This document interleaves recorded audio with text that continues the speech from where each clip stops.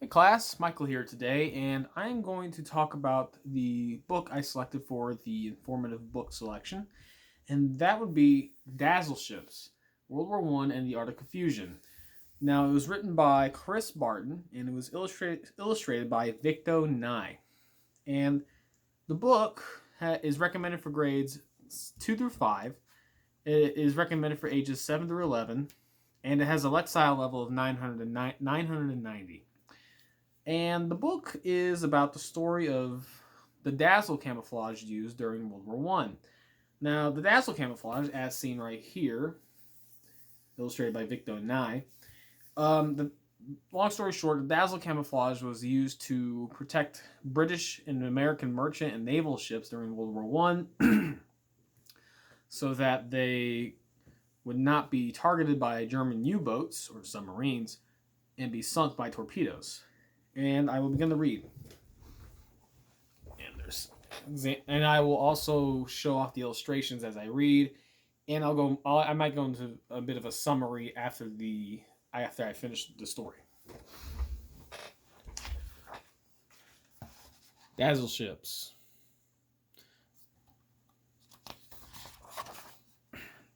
This is just a note explaining what the difference between the United Kingdom and Britain is.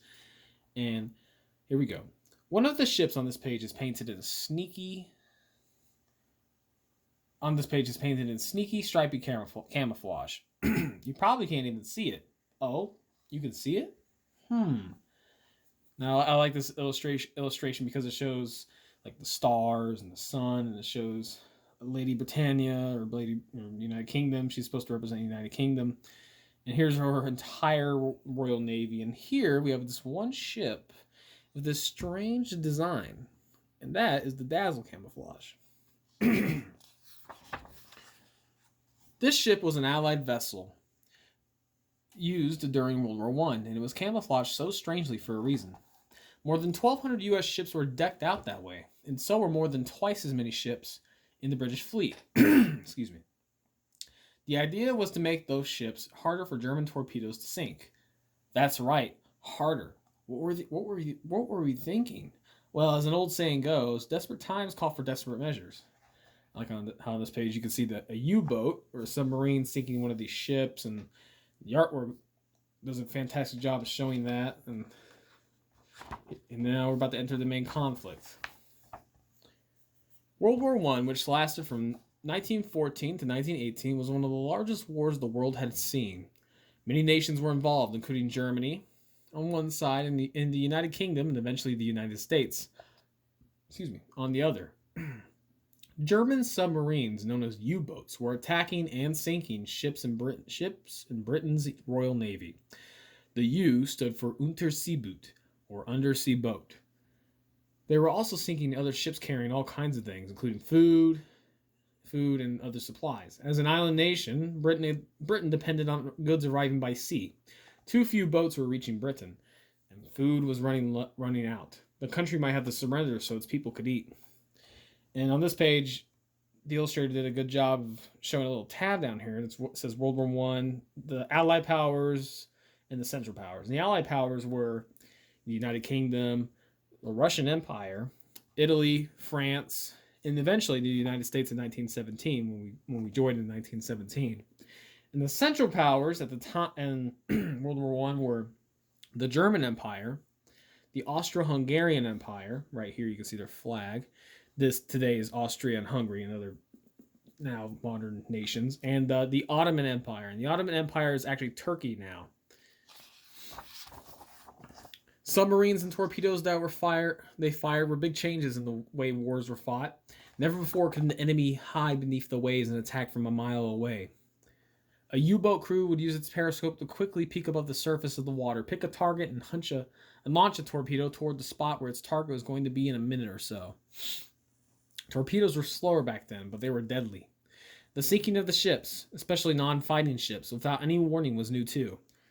In the early years of the war, Germany limited which ships its U-boats attacked, but in early 1917, it saw a chance to win the war by starving Britain, its strongest opponent. And here we see these destroyed ships in what I believe is the English Channel. This is, Lady Britannia and her people who are starving and running low on food. And here you can see the U-boats in the corner under the waves of the sea. And here's a periscope of a German sailor looking at the destroyed ships. And you can see that they're in despair because they've run low on food and supplies. Britain tried different things to stop the submarine attacks. There was talk of training seagulls and sea lions to spot the subs and having swimmers smash U-boats' periscopes with hammers. The British started having their supply ships stick close together and sail in convoys guarded by armed vessels. The Royal Navy began using depth charges, 300-pound underwater weapons that would explode when they sank to certain levels, to damage or destroy U-boats.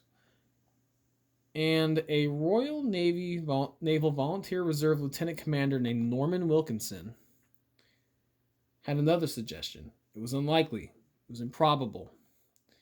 It may have even seemed bonkers. His idea was to camouflage the ships. I liked how Victo Ngai, he illustrated the waves in the suit the military clothing that Norman Wilkinson is wearing with white waves to show his ideas brewing. And right here you can see the tactics the British Royal Navy used, such as the convoys and the depth charges to stop the U-boats. Wilkinson's responsibilities included patrolling the waters off southwestern England and sweeping for mines.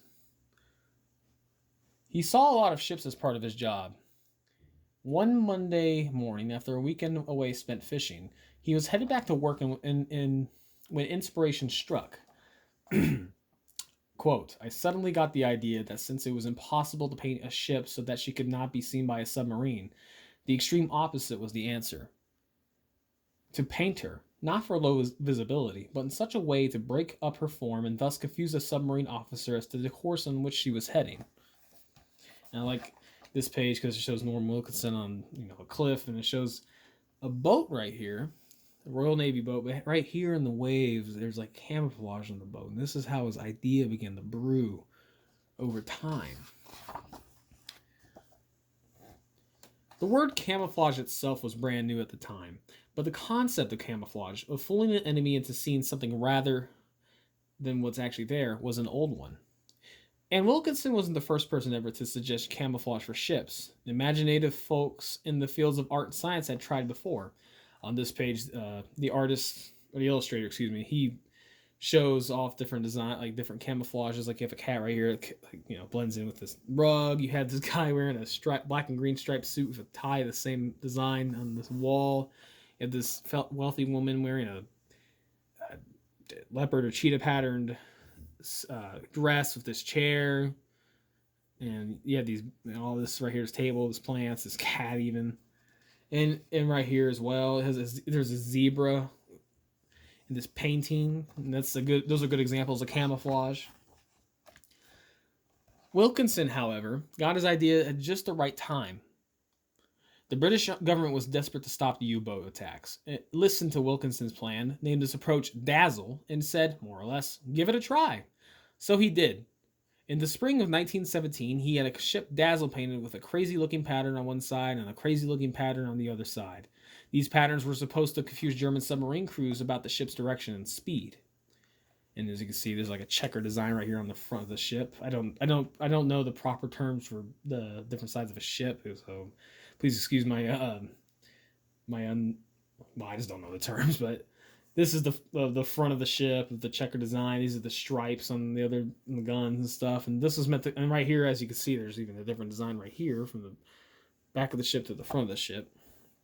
I don't know the proper terminology, but I think you understand. This is meant to confuse a person's perception of a ship when out at sea.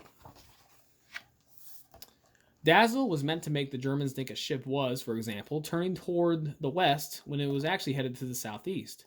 U-boats didn't carry many torpedoes. If Dazzle could cause a German sub to waste a torpedo by firing it to a spot where a British ship wasn't actually going to be, if this happened over and over, the more British ships would stay afloat and get the cargo to their destination.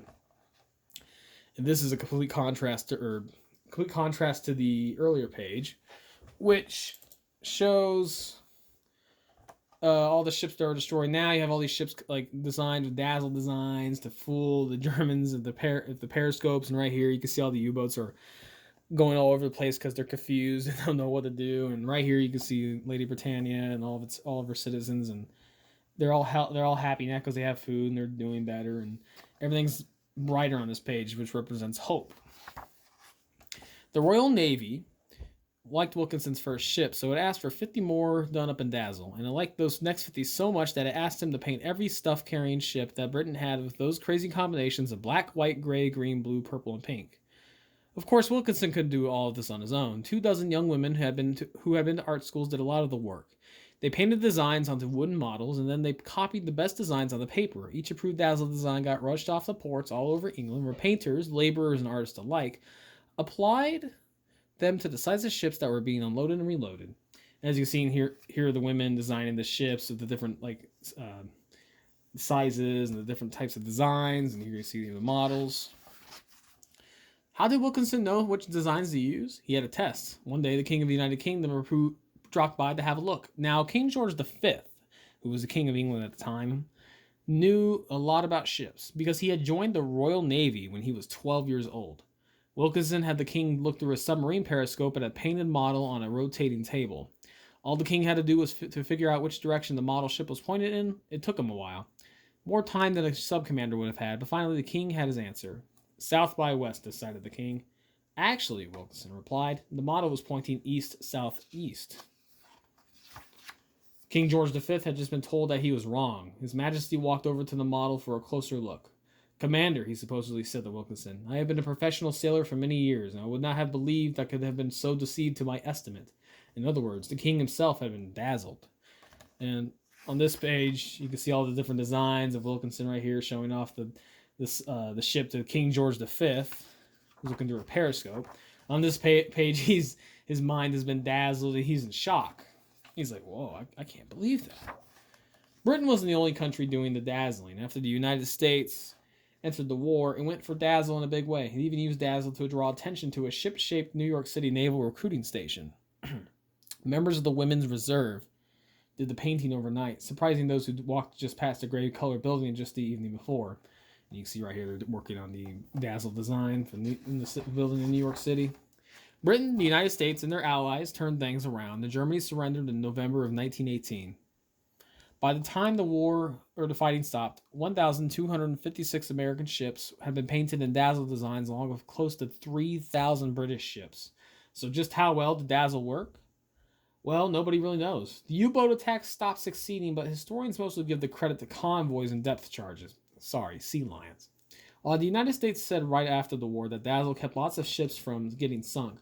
Britain wasn't so sure. The Royal Navy couldn't prove that Dazzle had actually spared any ships, but some insisted that at the very least, the sailors on those ships just felt better knowing that something had been tried to keep them from getting torpedoed.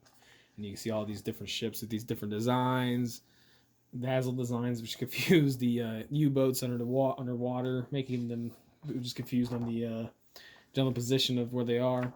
That sort of creativity is good for just more than just morale. Times change, technology changes, torpedoes get faster, submarine targeting systems get computerized, challenges of all kinds get replaced by new ones, but a willingness to tackle problems by trying the unlikely, the improbable, the seemingly bonkers will always be needed. After all, as those of us inspired by Norman Wilkinson's paint job know, sometimes desperate times calls for dazzling measures. And you can see this is going towards the future with him on a Dazzle boat in a futuristic city. And that's it. And these are just some authors and illustrator notes. And here's a picture of Norman Wilkinson himself. And here's a picture of a Dazzle ship, actually. And as you can see, this was used to confuse enemy submarine crews. And here are the women who designed it. I want a picture of them. And here's a picture of the people painting the ships, which were designed. The designs were designed by these women. And that's it. The book is very informative on the subject, and it's a good read. I hope you enjoyed the video.